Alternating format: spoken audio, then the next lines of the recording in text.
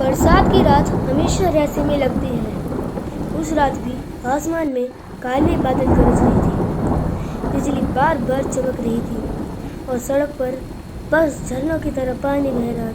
घड़ी में रात के 12:30 बज रहे थे जब रोहित काम से लौटते हुए अपनी बाइक से शहर से बाहर निकल रहा था।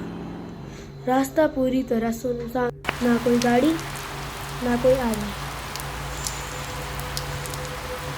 अचानक बाइक की हेडलाइट के सामने एक आकृति दिखाई दी। सफेद साड़ी में एक औरत सड़क के बीचों बीच खड़ी थी, बारिश से भीगी हुई, बाल चेहरे पर चिपके हुए। रोहित ने ब्रेक लगाई, लेकिन उसी पल वह औरत गायब हो गई। उसके रोंगटे खड़े हो गए। उसने सोचा शायद भ्रम हुआ है, मगर दिल की धड़कनें तेजी से बढ़ गईं। लेकिन अचानक ऐसा लगा जैसे बाइक पर किसी का बोझ बढ़ गया हो। उसने मुड़कर देखा, वही औरत उसकी सीट पर बैठी थी, चेहरा पूरी तरह अंधेरे में छिपा हुआ।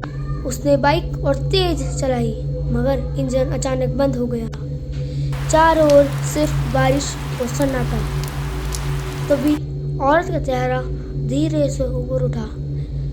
उसकी आंखें लाल चमक रही थी, होठों से पानी नहीं बल्कि खून टपक रहा था। रोहित चीखने की कोशिश करने लगा, लेकिन उसके गले में ही दब गई। उस औरत ने कान के पास आकर फुसफुसाया, अब तुम यही रहोगे हमेशा के लिए। अगली सुबह गांव वालों ने सड़क के किनारे टूटी हुई बाइक देखी।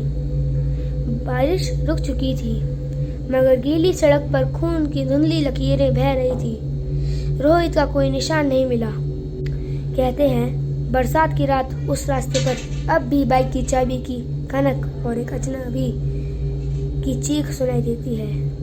अगर आपको हमारी यह कहानी अच्छी लगी तो आप हमें लाइक और सब्सक्राइब करें, जिससे हम आपके लिए नई नई कहानी लाते रहे।